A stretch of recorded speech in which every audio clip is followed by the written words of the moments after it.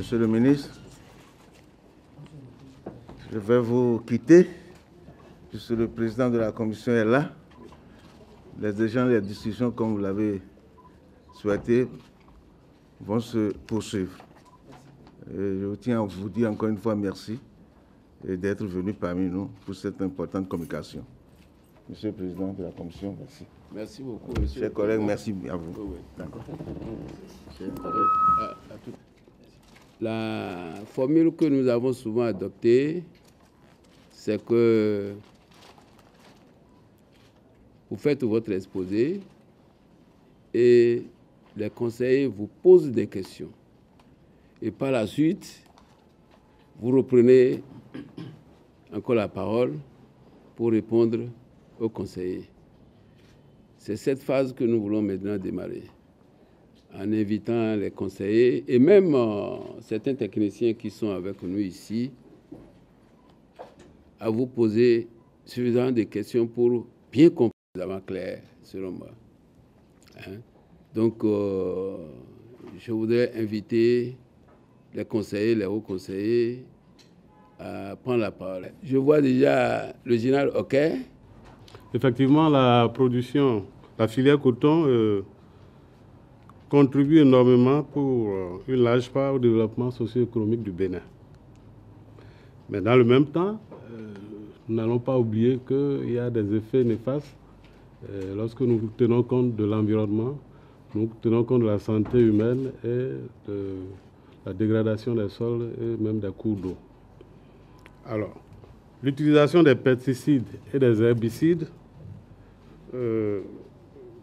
a un rôle très négatif sur le sol, sur les cours d'eau, comme je l'ai dit tantôt, et donc par conséquent sur la santé humaine. Bon, vous avez énoncé certaines mesures qui sont prises. J'aurais voulu que vous alliez encore un peu plus loin pour nous rassurer par rapport...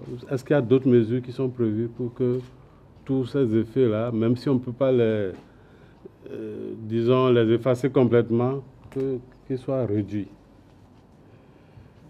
Je voudrais aussi tenir compte du fait que chaque année, nous augmentons la superficie emblavée pour le coton.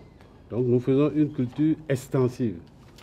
Et au fur et à mesure, je crois que le sol, la terre se raréfie également. Est-ce que nous pensons aux générations futures? Je veux parler du développement durable, bien sûr. Est-ce que nous pensons à ce que nous pouvons laisser aux générations futures?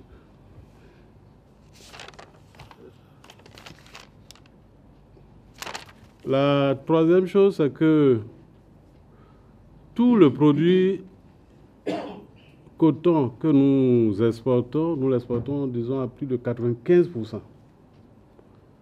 Je veux parler de la transformation, je veux parler des industries de transformation. Est-ce que le gouvernement a un programme dans ce sens-là pour que ça puisse apporter une plus-value, une valeur ajoutée?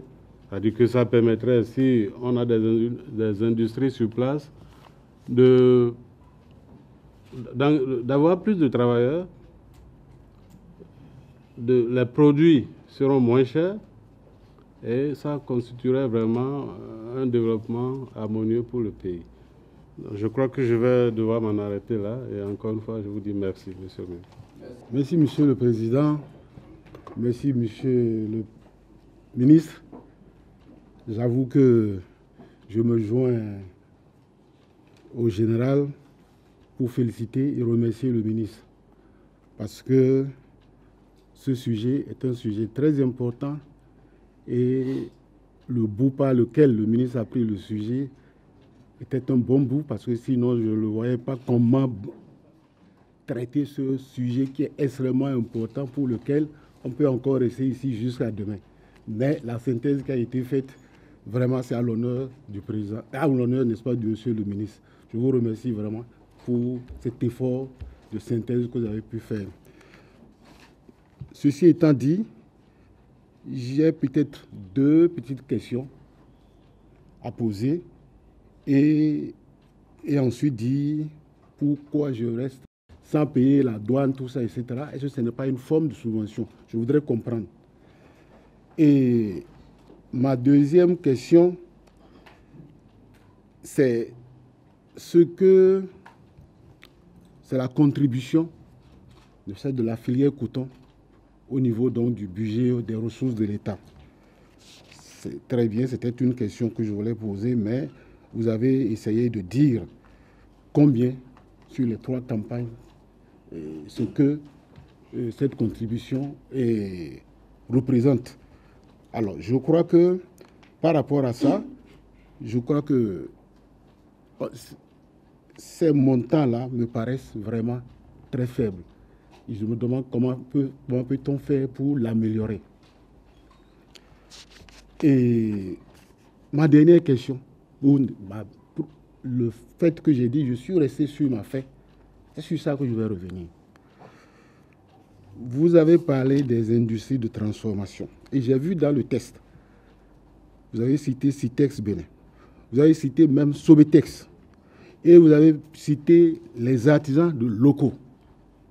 Mais je suis vraiment surpris, parce que je connais le président Talon, c'est quelqu'un qui a de grandes ambitions pour ce pays. Mais je ne peux pas comprendre que dans votre exposé, vous ne parlez pas de COTEB. Vous ne parlez pas de COTEB.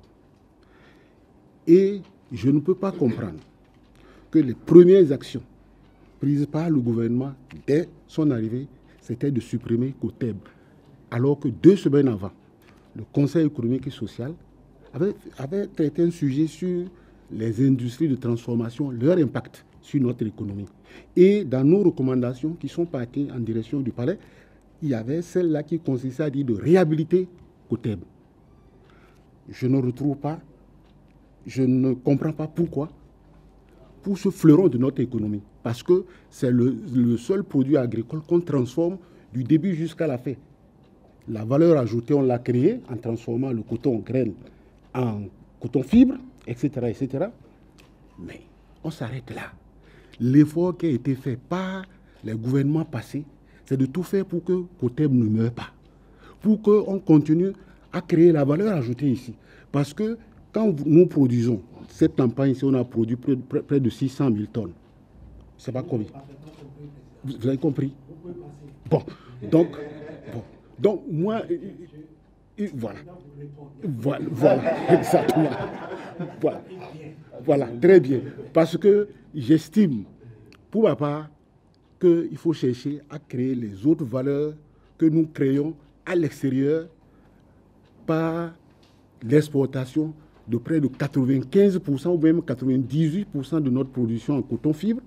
Mais ces valeurs qui sont créées à l'extérieur, pourquoi on ne les créerait pas ici pour permettre de créer des emplois parce que ce sont ces valeurs ajoutées qui créent la richesse.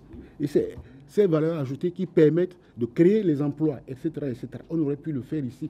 Mais après cette grande décision-là, je pensais que les mois qui suivaient, tout ça, on va nous dire « Ah, voilà la politique en matière de transformation des produits agricoles, notamment de ce coton fibre et de ces graines de coton. » Mais par rapport aux graines de coton, bon, vous avez dit effectivement, il y a une décision salutaire a été prise en disant que tout ce que nous produisons comme graines de coton doit être transformé sur place. C'est une très bonne chose, mais du côté de fibre, on ne voit pas. Si vous avez, monsieur le ministre, compris ma préoccupation, c'est ça qui fait que je suis resté sur ma faim. Sinon, votre exposé a été clair et net, mais ce volet transformation, je ne le retrouve pas. Je vous remercie, monsieur le ministre, monsieur le président. Merci. Merci beaucoup. Oui. Merci bien. J'espère que les autres ne seront pas aussi développés. Le doyen Minga a la parole. Merci bien, monsieur le président. Excellence, monsieur le ministre. J'irai jusqu'à dire que laisser notre gisement, ce n'est pas la meilleure solution. Il faut qu'on trouve les voies et moyens pour diminuer les effets que la filière coton inflige aux populations.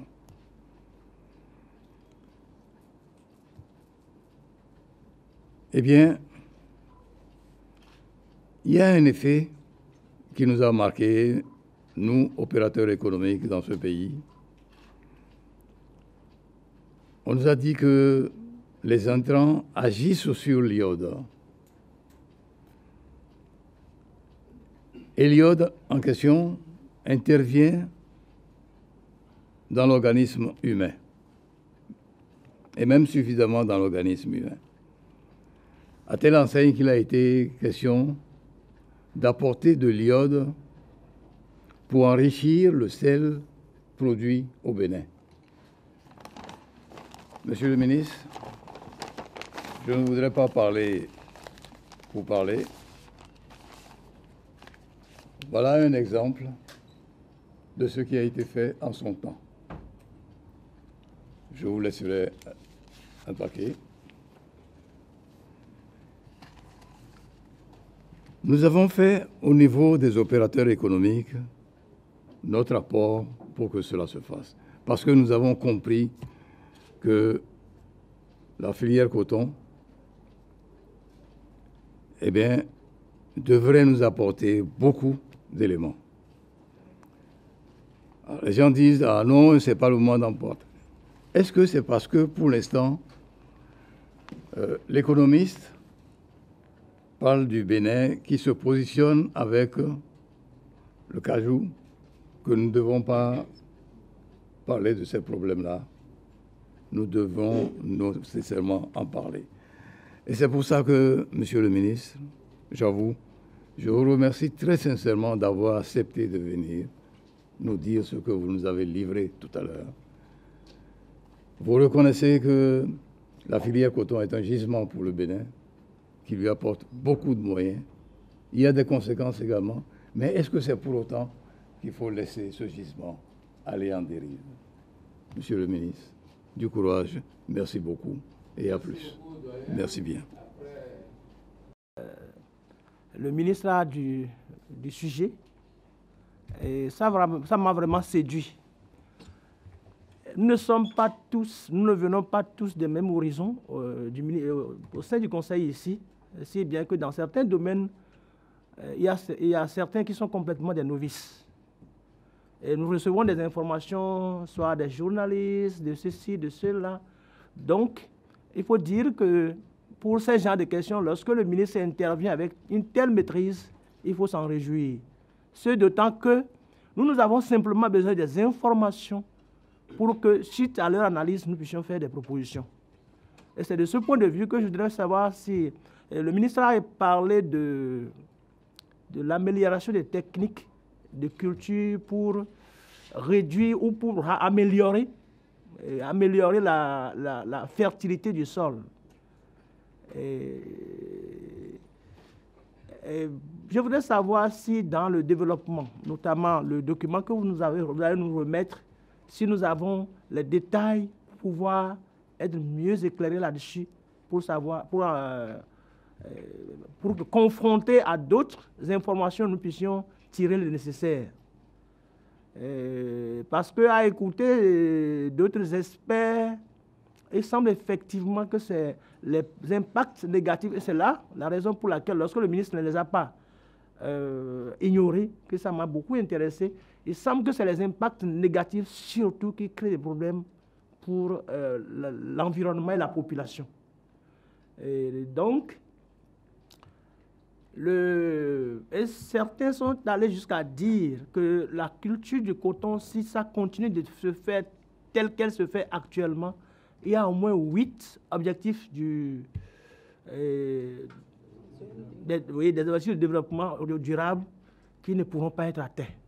Donc, notre préoccupation, c'est que vous puissiez mettre à travers, si ce n'est pas le cas, si des informations complémentaires puissent nous permettre d'avoir des éléments nécessaires et apprécier, ça nous sera beaucoup d'un grand intérêt. Voilà, Monsieur le Président, je vous remercie. Merci bien. C'est vrai que quand on prenait les noms, je n'avais pas levé le doigt, mais on dit que l'appétit vient en mangeant. Okay. Donc, je me joins à mes prédécesseurs pour remercier Monsieur le ministre pour sa brillante présentation. C'est tellement clair comme exposé que si on ne sait pas faire, on ne posera plus de questions. Parce que, oui, parce qu'il est entré dans les détails. Les questions qu'on avait, on savait qu'à la fin de l'exposé, on allait poser. Il a tout brossé en même temps. Donc, ce que moi je veux demander, la position du gouvernement par rapport au coton bio. Qu'est-ce que vous en pensez? Est-ce que ce sera une bonne option pour le gouvernement d'embrasser cette culture bio? Oui. Merci bien, Monsieur le ministre. Merci. De mon côté également, je voudrais joindre ma voix à celle des hauts conseillers pour féliciter et remercier Monsieur le ministre pour la clarté, la précision et la concision de son exposé. J'ai 4 niveaux d'intervention. Le premier est relatif à la place où ce qu'est devenu la SODECO dans l'arsenal institutionnel qui gère le coton dans notre pays. Mon deuxième niveau d'intervention est relatif à la fameuse question du glyphosate. Si Monsieur le ministre peut nous dire un mot à ce sujet. Mon troisième point d'intervention est relatif à la transformation du coton fibre. Le vice-président honoraire Mamandima s'est longuement attardé sur cette question. Et je voudrais dire que c'est une question importante, puisque la dernière fois que moi j'ai eu l'opportunité d'aller au COTEB, je suis tombé sur une dame qui me faisait comprendre qu'elle était à 29-20, 6 mois de service. Et que d'ici là, elle va être radiée. J'en avais eu la chair de poule. Qu'est-ce que le gouvernement fait pour que le fleuron de ce produit que beaucoup aiment soit réhabilité? Mon quatrième niveau d'intervention, c'est par rapport à l'avenue du coton, qui nous souviennent que des pays comme la Chine subventionnent beaucoup le coton. Et voilà que nous exportons beaucoup la production cotonnière dans notre pays. Et si nous rentrons au plan international, notre coton risque, les années à venir, d'avoir des problèmes face aux pays qui subventionnent vachement le coton. Qu'est-ce que le gouvernement fait ou quelles sont les perspectives du gouvernement par rapport à cette filière les prochaines années? Je vous remercie, Monsieur le Président. Merci bien. Alors, mes préoccupations, une grande partie de mes préoccupations est déjà prise en compte. Je voudrais tout simplement demander au ministre de nous spécifier les différents types d'intrants utilisés dans la production du coton, les différents types d'intrants et leur apport en matière de production. Le deuxième niveau d'intervention qui est déjà abordé par Mme Béha, c'est en termes de perspective. Je n'ai pas vu transparaître clairement les recommandations, mais les perspectives en matière donc, de production de coton, surtout lorsqu'on prend les impacts dont vous avez parlé. C'est de ça que nous avons besoin, surtout au Conseil économique et social. Vous, en tant que technicien, en tant que connaisseur, en tant que sachant et en tant qu'autorité de tutelle, qu'est-ce que vous pensez en votre position qu'on peut donc pratiquer pour pouvoir améliorer donc, pour qu'on puisse donc mettre en œuvre, voilà, pour pouvoir améliorer donc la production du coton. Vous l'avez dit oralement. Et si on peut la voir, je ne sais pas si dans le document qui nous sera parvenu, si on peut voir ça de façon claire, les perspectives en matière donc, de production de coton. Merci, Monsieur le ministre. Merci, Monsieur le Président. J'ai dit à l'entame que c'est un sachant qui parle. Oui, c'est un sachant qui parle. Ce n'est pas un ministre qu'on est allé chercher dans la rue seulement pour diriger le ministère de l'Agriculture. C'est un ingénieur agronome qui parle et qui connaît, qui pilote la chose depuis fort longtemps. Donc, vraiment, Monsieur le ministre, je voudrais une fois encore vous féliciter de votre audace, parce que vous avez dit que vous n'avez peur de répondre à aucune question. Je vous remercie.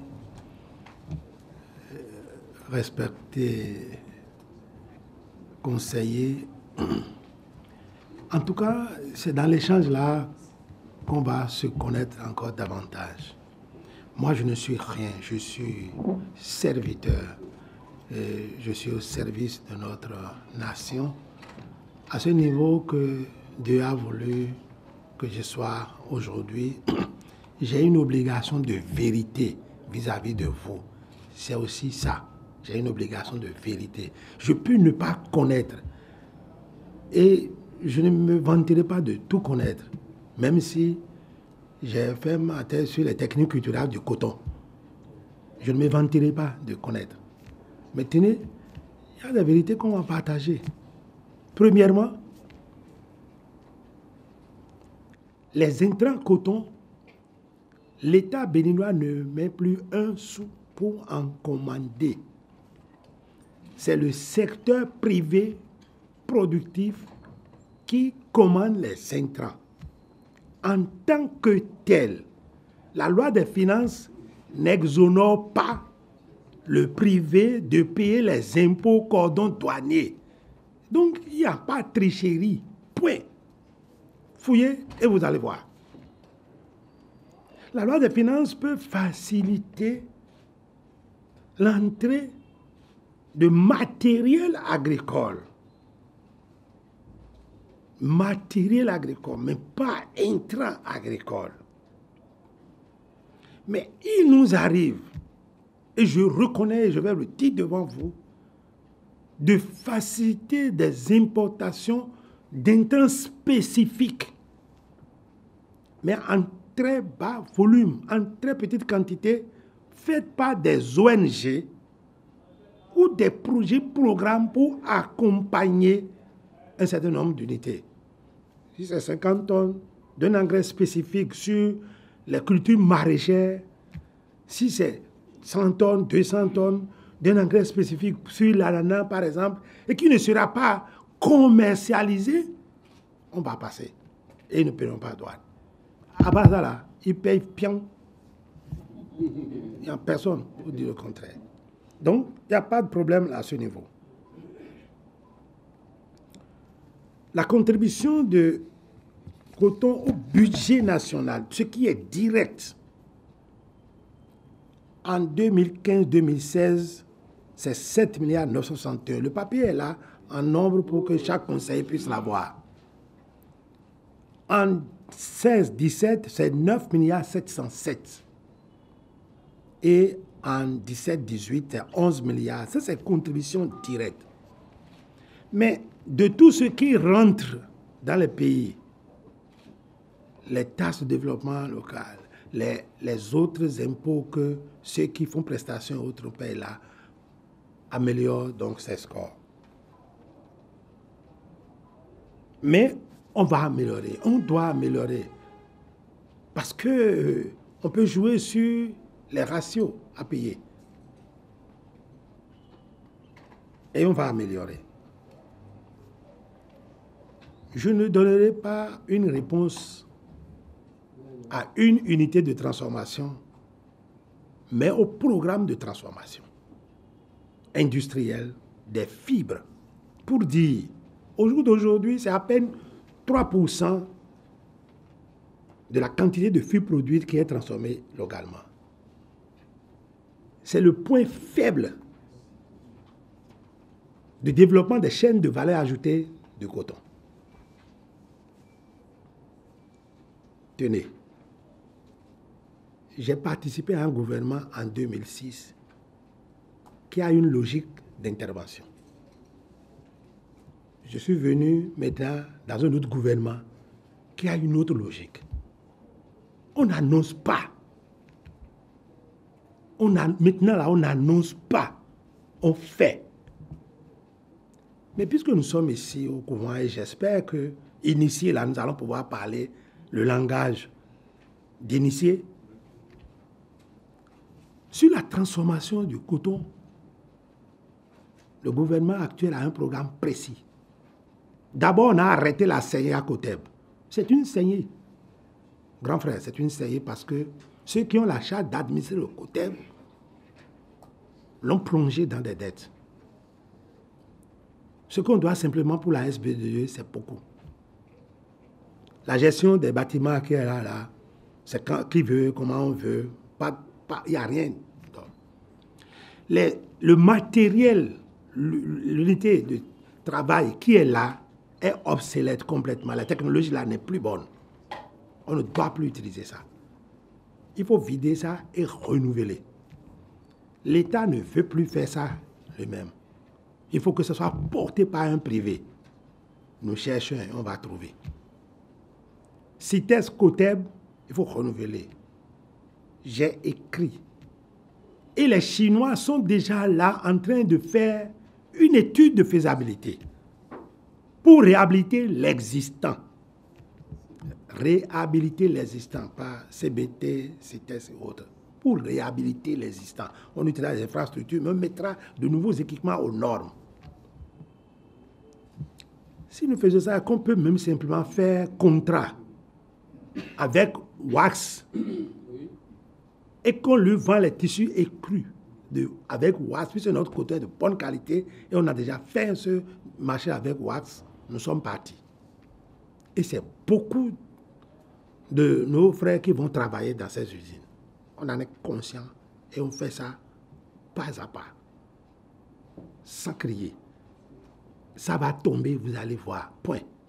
Donc, exprès, je n'ai pas voulu vendre une certaine forme d'illusion pour qu'on dise « Ah, il a dit, je ne l'ai pas dit ». Mais on va voir.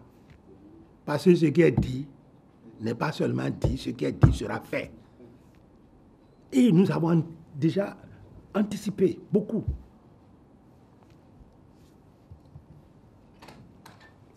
Au-delà des unités installées, il y a de nouveaux promoteurs qui sont intéressés et qu'on intéresse pour venir s'installer et transformer le coton. Ici, un peu comme nous avons fait aussi la politique du cajou, la transformation du cajou.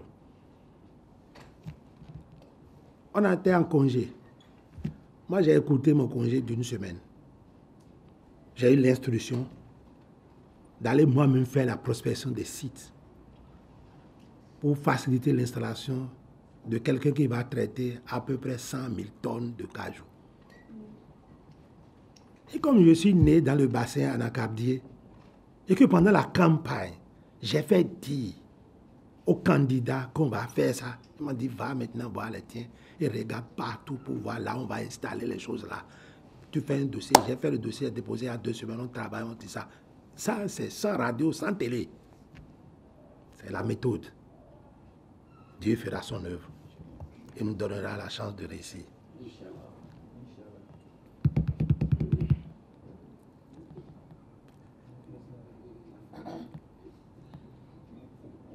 Non. Si vous regardez les emblavures, en vérité, d'une année à l'autre, ça monte.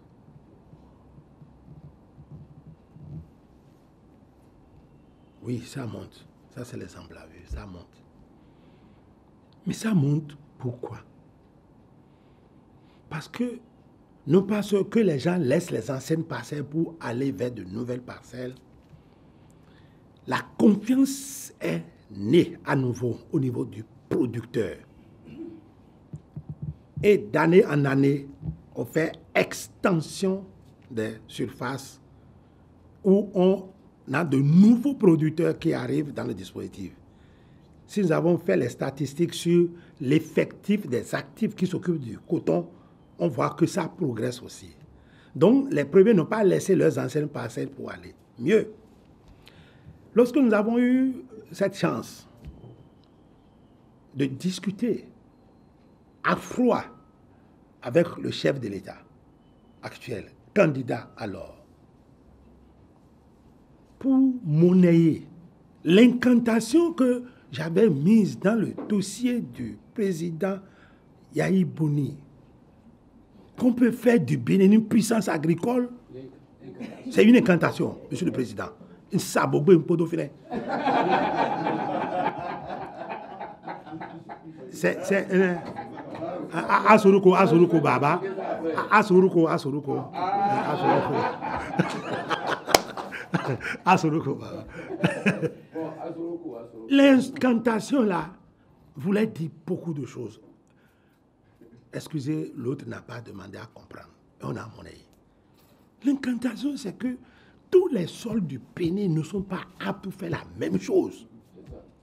On ne peut pas produire la même chose partout.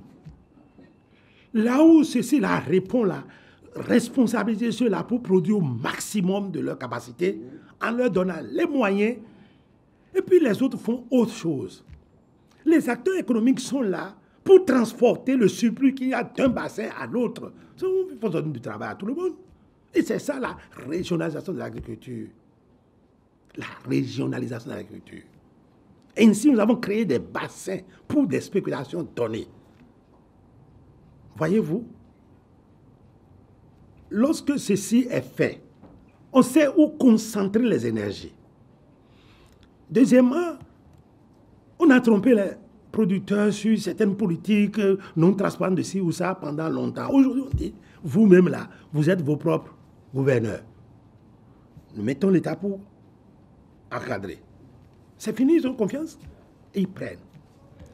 Lorsque, avec cette affaire de territorialisation de l'agriculture, de la régionalisation, les autres spéculations vont prendre et créer de la valeur pour ceux qui s'y adonnent, ceux qui, malgré eux, font le coton ne feront plus. Ainsi, les zones marginales, où en fait tout le rendement ne dépasse jamais 800 kg, 900 kg, ils vont finir par laisser parce qu'il y a autre chose de mieux qui se produit chez eux pour qu'ils puissent abandonner. Et ceux qui sont dedans, dans les bassins propices au coton, on renforce leur capacité, on les spécialise, on les flambe. C'est-à-dire qu'ils vont voir des technologies plus avancées que ce qu'ils sont en train de faire. On met des moyens plus performants pour leur permettre de régler les contraintes auxquelles ils sont confrontés. Au lieu d'avoir 1 tonne 100, 1 tonne 200, ils vont passer à 1 tonne 500, ils vont passer à 2 tonnes. Il n'y a rien à faire, ils vont avoir. Président, permettez-moi de parler de fond du cœur. Il faut aller loin. J'étais agronome. Petit garçon sous ordre, sous mes aînés, Maman Dima. Et on a voulu introduire du coton sans gossipole. Le cotonnier, quand vous le regardez, si vous prenez la feuille, il y a quelques taches noires qui sont dessus. C'est un produit qu'on appelle gossipole qui est dedans et qui fait que dans la graine, il y a une toxicité pour qu'on ne puisse consommer, nous, humains. Mais ça protège le cotonnier. Mais la variété que nous voulons produire en ce temps-là est sans gossipole. Donc, elle est encore plus sujette aux parasites et autres là. Quand vous rentrez dans le cotonnier sans gossipole et que vous n'avez pas fait les traitements réguliers, vous perdez. Il n'y a rien à faire. Mais on a développé. Pourquoi? Parce que ça présentait une autre opportunité. Et on m'a confié ça. J'ai mis ça à Bokoubru, entre Kérou et Banikwara.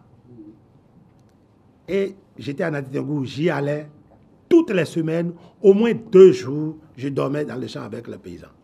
Toutes les semaines, il n'y a rien à faire. Les 2 premières années, on a eu à faire sur près de 150 à 200 hectares. Le dernier des producteurs encadrés avait au moins 1 tonne 700. Le dernier. Certains avaient 2 tonnes et demi, 3 tonnes. Pourquoi? Pour montrer que quand l'encadrement est serré, que les applications sont suivies, il n'y a rien à faire. Même si le cotonnier était sujet à des parasitismes, celui qui est encore plus sujet au parasitisme là est contrôlé. Alors, si nous intensifions comme ça, si nous ne faisons pas de tourisme agricole avec nos encadreurs qui se promènent à longueur de journée à moto et qu'on donne des tâches précises à des gens avec un agenda clair et un modèle de suivi, il n'y a rien à faire. Rien que dans ces zones, sur les mêmes emblavures. Écoutez, nous sommes à 600 000 tonnes maintenant, mais nous avons déjà planté 700 000 hectares. Si seulement nous faisons 1 tonne 2 par hectare, nous allons caracoler sur les 800 000 tonnes de coton-graine. Et nous irons à 1 million de tonnes, sans aller au-delà de 600 000 hectares.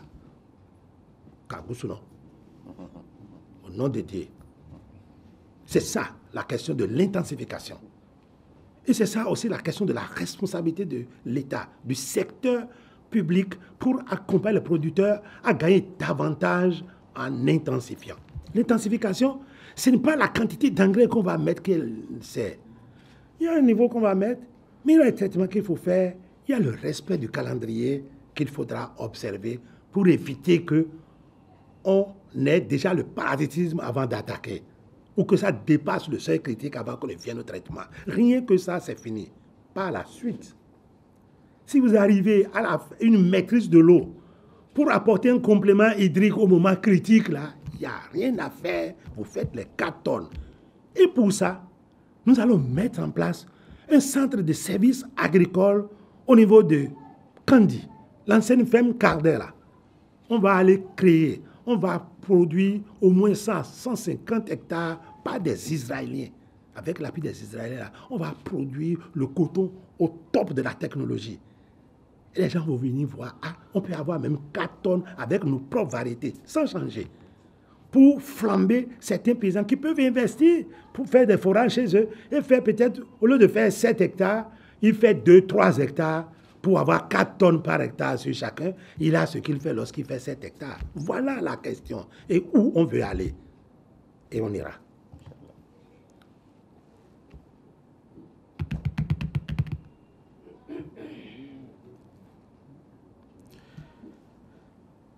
Monsieur le Président, les technologies que nous mettons en jeu aujourd'hui pour réduire les pressions négatives qu'on a sur l'environnement ne sont pas seulement ce que j'ai décrit au niveau de TASCO. Avec les Allemands, dans la Takura, nous avons un programme ProSol, qui lui aussi propose aux paysans des technologies innovantes pour une meilleure gestion de l'environnement. J'ai 3-4 projets comme ça qui travaillent dans ce dispositif.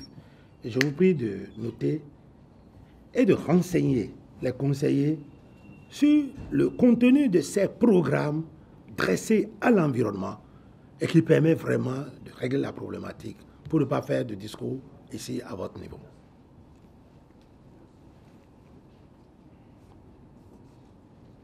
Le coton bio. Je suis amoureux du bio. Madame la conseillère, je suis producteur bio. Si vous allez dans mon champ à Tori, je produis l'ananas bio, sans engrais. J'ai fait des papayes bio. Je suis en train de produire 2,5 hectares à 3 hectares de bananiers plantains bio, sans engrais chimiques. Ce n'est pas l'agronome qui est amoureux de fertilisants tous azimuts, non. Mais à côté là, je mets l'engrais sur d'autres choses. C'est ça qu'il faut pour avoir les rendements qu'il faut, je fais. Mais à côté, je fais. J'ai des champs certifiés bio. Global Gap encore, ce qui est très difficile. On en fait sur la rana. Pour dire, la logique bio est là. Sur le coton là, c'est très bien le bio. On n'y peut rien. Il y a des amoureux de ça. L'État les encourage en accordant un prix différentiel au kilogramme bio. Mais malheureusement, on peut tout faire pour le moment là. On n'a pas mis en place la technologie nécessaire pour produire les intrants bio pour satisfaire les besoins de ces planteurs. Au point où c'est parce qu'ils aiment ça et ils ont déjà pris un engagement pour le faire qu'ils sont obligés de faire. Si notre produit de coton à côté, l'autre il a fait 1 tonne 300 et vous avez 400 kilos pour la même superficie. C'est un problème. Mais ces 400 kilos, on les achète cher, on les met à part et on les vend aussi chez les usines qui veulent acheter ça, on les intéresse à prendre et à égrener, mettre à part pour placer coton bio. Parce qu'il y a des pays qui veulent avoir les fibres bio. Et on ne les trompe pas avec... C'est clair, ils ont des mécanismes de contrôle. Si vous avez vraiment mis l'engrais au pas, ils le savent très bien et puis ils se qualifient. Bon, on continuera d'encourager autant que faire se peut. Surtout lorsque peut-être nous allons arriver à produire des pesticides bio qui permettent d'assurer la couverture. Mais le cotonnier, on peut tout faire. C'est un plan qui est toujours parasité. Il y a une gamme de parasites sur le cotonnier. Il faut pouvoir gérer par différentes fenêtres. J'enclenche en même temps pour dire, oui, la SODECO, Société de développement du coton, elle est aujourd'hui la fusion d'industries privées, plus ce qu'on a réformé de l'outil industriel de la Sonabra.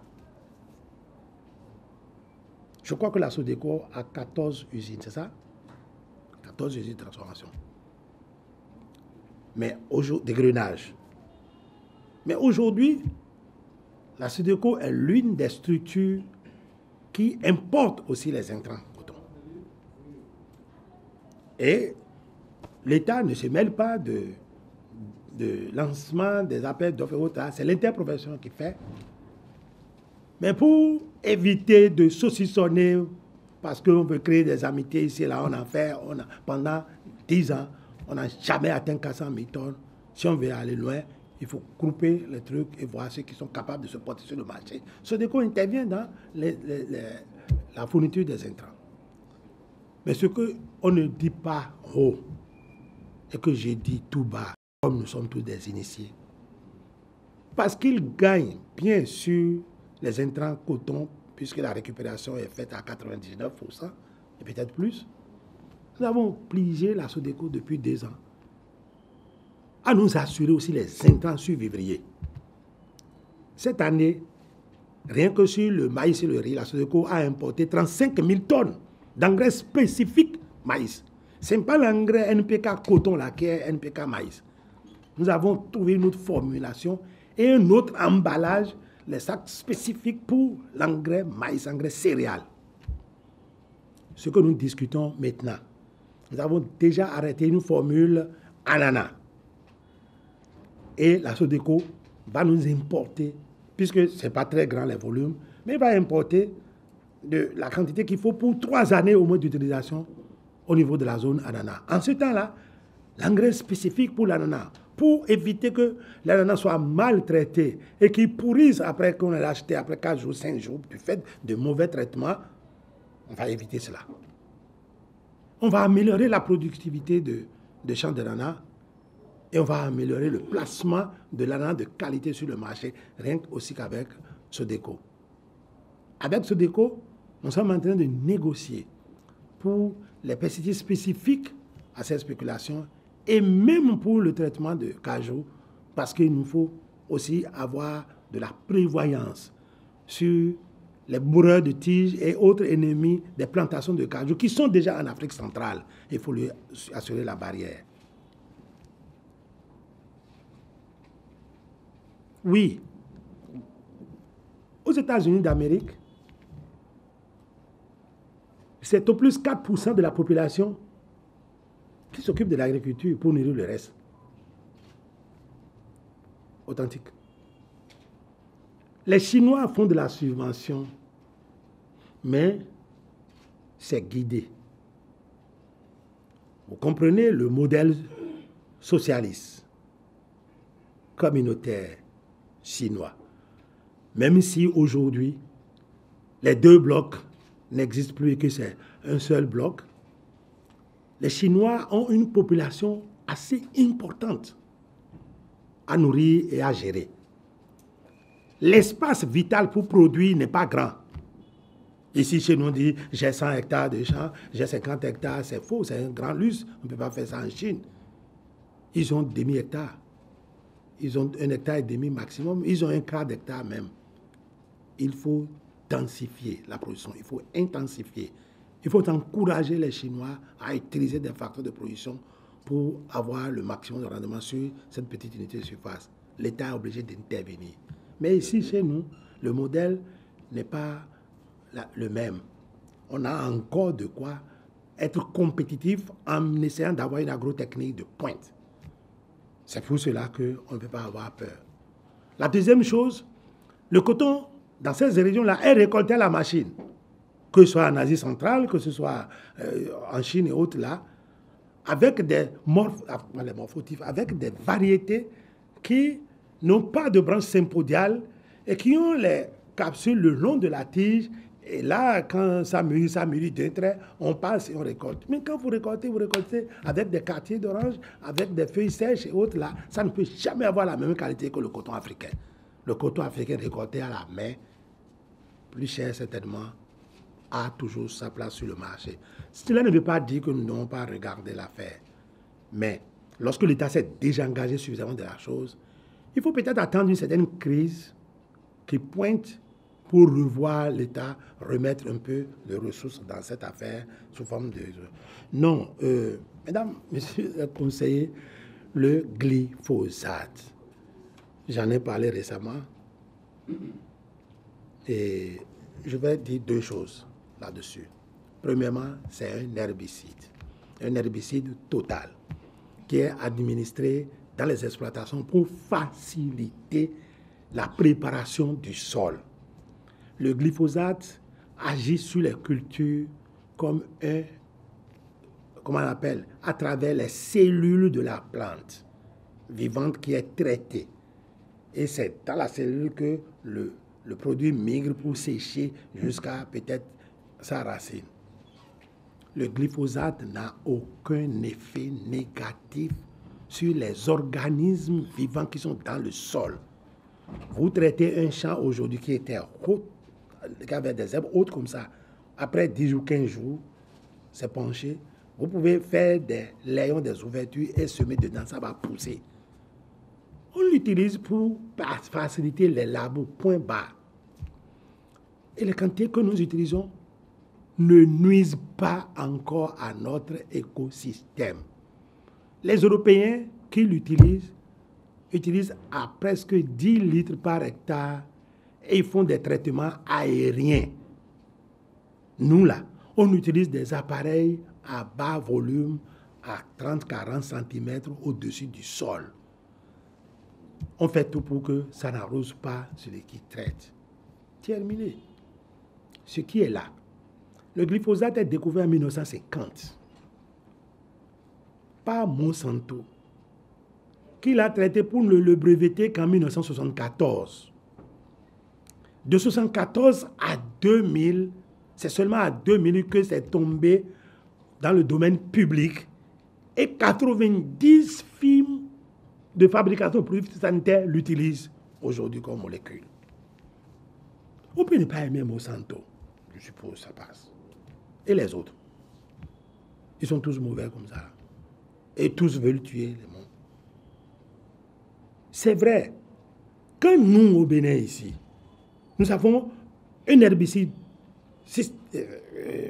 comment on appelle, sélectif sur le maïs, qui est très bien. Quand vous prenez, vous faites le maïs et vous mettez ça à terre, ça enlève toutes les herbes et vous passez. Mais progressivement, vu que l'herbicide là est rémanent et elle reste dans les résidus, on l'appelle atrazine. On l'a sauté de notre dispositif net pour dire non, on ne veut pas. Et plus personne n'utilise l'atrazine ici au Bénin. Et plus personne ne commandera l'atrazine. Et nous ne sommes pas arrêtés là. On mène la lutte. Les techniciens de protection végétaux savent qu'il faut prospecter. Si vous trouvez quelqu'un, là, on ne discute pas. On le prend, on lui arrache tout et puis on le met d'abord au frais pour quelques jours pour lui dire que ce n'est pas bon. D'autres produits comme ça qui sont réellement nocifs, on va sortir.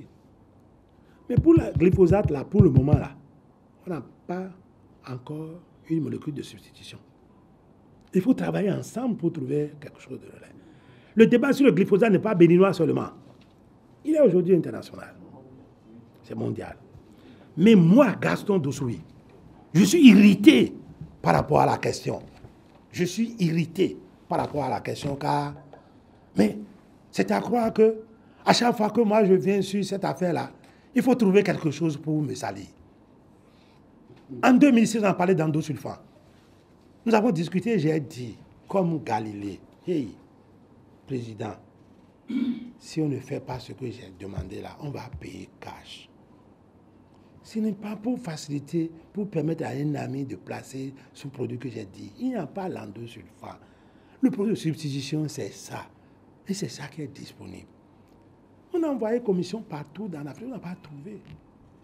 Et ce qu'on a dit est arrivé. C'est une projection qu'on avait déjà faite d'avoir au moins 300 000 tonnes de coton l'année là, 2006-2007. On a eu 240 000 seulement quand je suis parti là. Et après, on n'a pu jamais avoir 400 000 tonnes. On a sorti en dosulfan, on a trouvé d'autres productions, d'autres substituts. Et ça, c'est même pas produit de traitement. Ici, c'est préparer le sol. Et on ne commence pas à arriver. Donc c'est chaque fois que moi j'arrive, quand c'est mon tour d'aller chez le mari, qu'on dit que le mari a mal oreille. Non, pour mon tour là, il n'aura pas mal oreille. Donc, ça devient une question de personne. Ce petit de Kwangya là, il ne peut pas être ministre de l'Agriculture. Ce n'est pas moi qui ai choisi d'être ministre de l'Agriculture, c'est l'œuvre de Dieu. Le Seigneur fera son œuvre. Et moi, j'apporterai ma modeste contribution pour le développement de mon pays.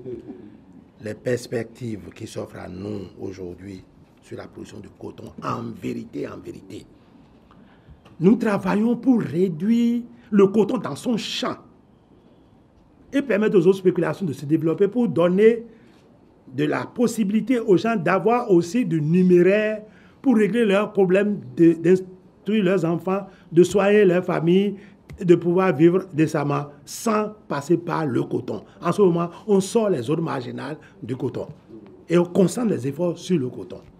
Deuxièmement, on va développer non seulement l'intensification du coton, mais le développement de l'industrie textile qui accompagne le coton. Mieux, gouverner, c'est prévoir. Aujourd'hui, la capacité installée de nos usines d'égrenage, c'est 612 000 tonnes. Et si nous avons 700 000 tonnes, on fait comment? Déjà, l'État a agréé, a approuvé l'installation de 2 nouvelles usines que la famille des industriels a accordées. L'État a confirmé pour dire qu'on s'apprête toujours pour répondre aux situations les plus compliquées liées au développement de chaînes de valeur ici. Mon vœu le plus cher.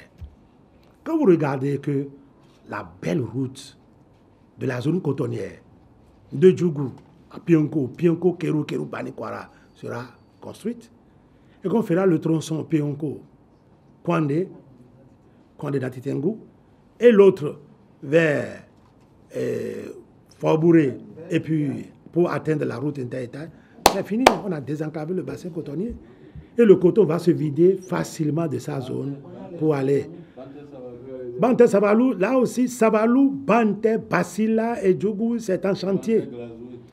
Maintenant, il y a une route qui va quitter Aklangba pour Pira.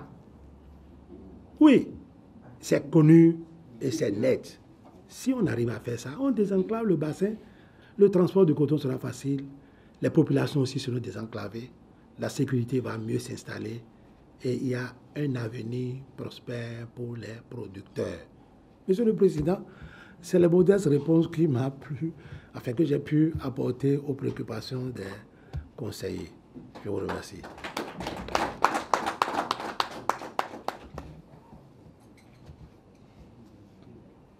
Je dis bien, on a bien fait de vous appeler. Ça fait un. On a bien fait de vous nommer ministre de l'Agriculture et non pas de l'Industrie, par exemple, ou du Commerce, par exemple. J'ai dit que vous êtes un sachant, vous êtes un connaisseur. Vous l'avez démontré, et je crois que ça a fait beaucoup de supputation. Mais malgré l'éclaircissement assez dense et utile, il y a encore des gens qui veulent parler. Non, qui veulent vous poser des questions. Parce que ici, là, on ne parle pas, mais on pose des questions. Bien sûr, il y a d'autres qui, dans le parler, dans les questions, parlent. Mais on est obligé de concéder ça comme ça. Bon, alors, donc il y a encore 2 doigts qui sont en l'air.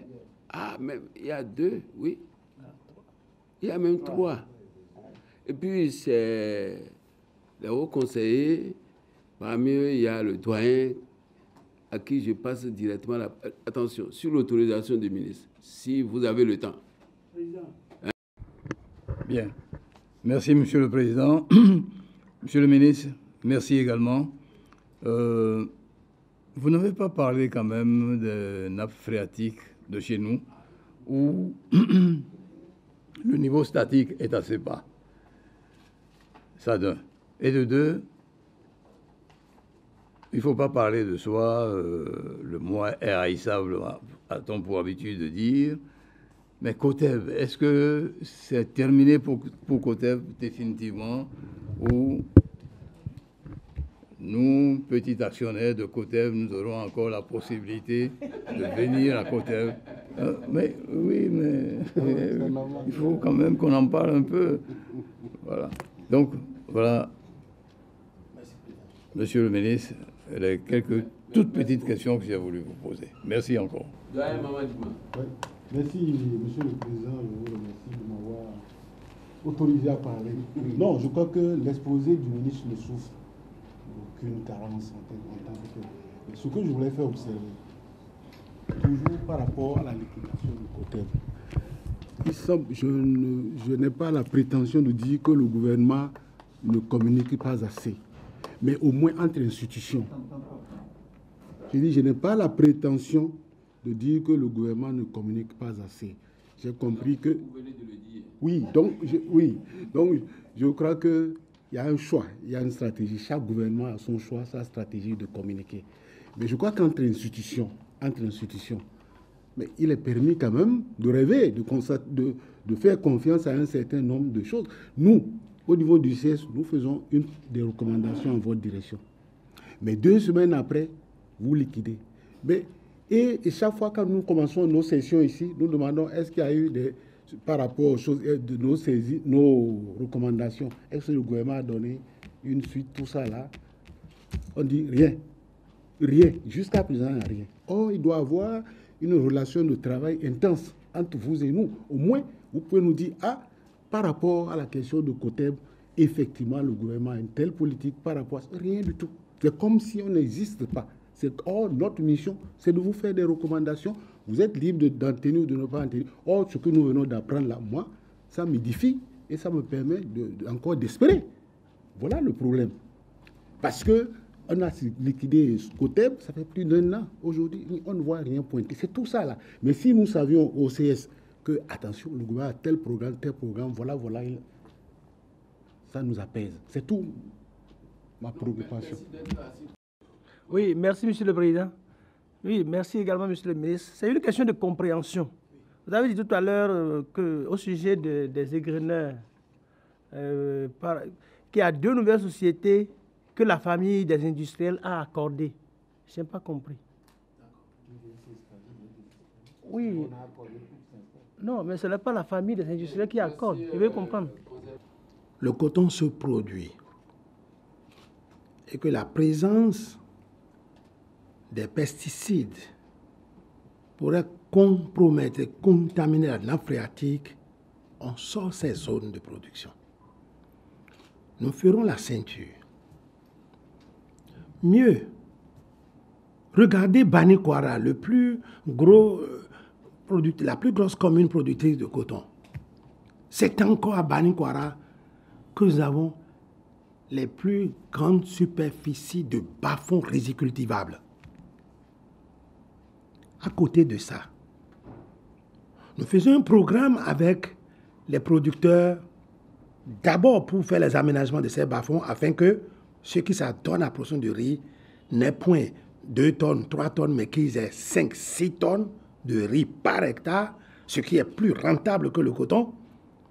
Mais entre le bas-fond et la terre ferme aussi là, on met une ceinture de sécurité en végétation verte. C'est ça, déjà, ce programme que nous faisons. Et c'est sur ces questions que les ProSol et autres là travaillent avec nous.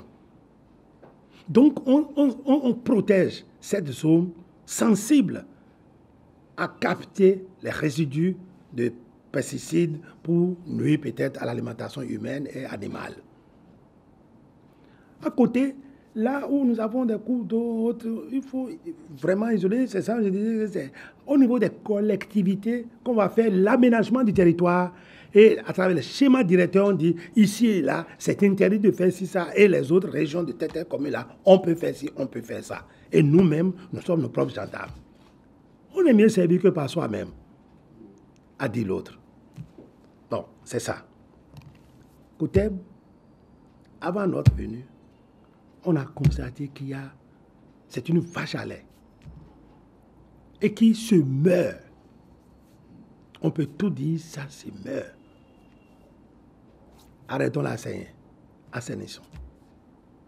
Mais qu'on ne communique pas dessus, c'est vrai. Même moi, Je ne dirais pas que j'ai fait de l'indiscipline par rapport... Il n'y a pas de consigne de ne pas parler. Non. Mais nous avons cette aussi habitude de faire parler ceux qui sont directement concernés par la problématique. Par rapport à ces réformes, c'est le ministre d'État chargé du plan. Puis après, le ministre du Commerce. C'est clair, c'est ça. Mais moi, je ne veux pas faire la langue de bois pour juste dire le peu que je peux connaître. Mais dans le détail du programme de restructuration de ces unités et du plan progressif, il y a ceci à faire. Mais moi, toute modestie, j'ai signé une demande d'audit et de réhabilitation de certaines unités parce qu'il n'y a pas d'agriculture qui est portée de la valeur aux gens sans la transformation. On initie et puis la suite, les autres prennent. Enfin, pardon? Oui, la question d'industrie chez nous, telle que ça se régit, lorsque vous voulez mettre en place une usine d'égrenage, ce n'est pas à l'État que vous demandez d'abord l'autorisation. C'est l'interprofession qui s'occupe d'égrenage, qui pose la question au niveau de l'AIC. Et ils se disent, oui, la capacité là peut rester tant. Et on est d'accord. C'est ce que n'a pas fait un certain opérateur qui voulait s'installer à Djougou. On a fait du flou là-dedans, on a dit non, ça ne marche pas.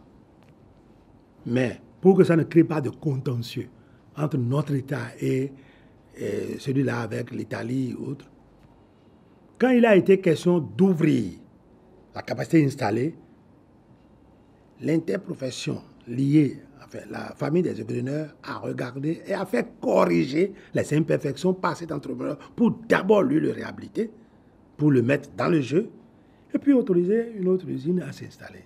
Voilà, aussi simple. Et quand eux, ils ont fait, ils disent que ça peut porter, l'État entérine pour ne pas faire du jumping dans cette histoire-là et permettre au secteur privé d'être en sécurité et de produire.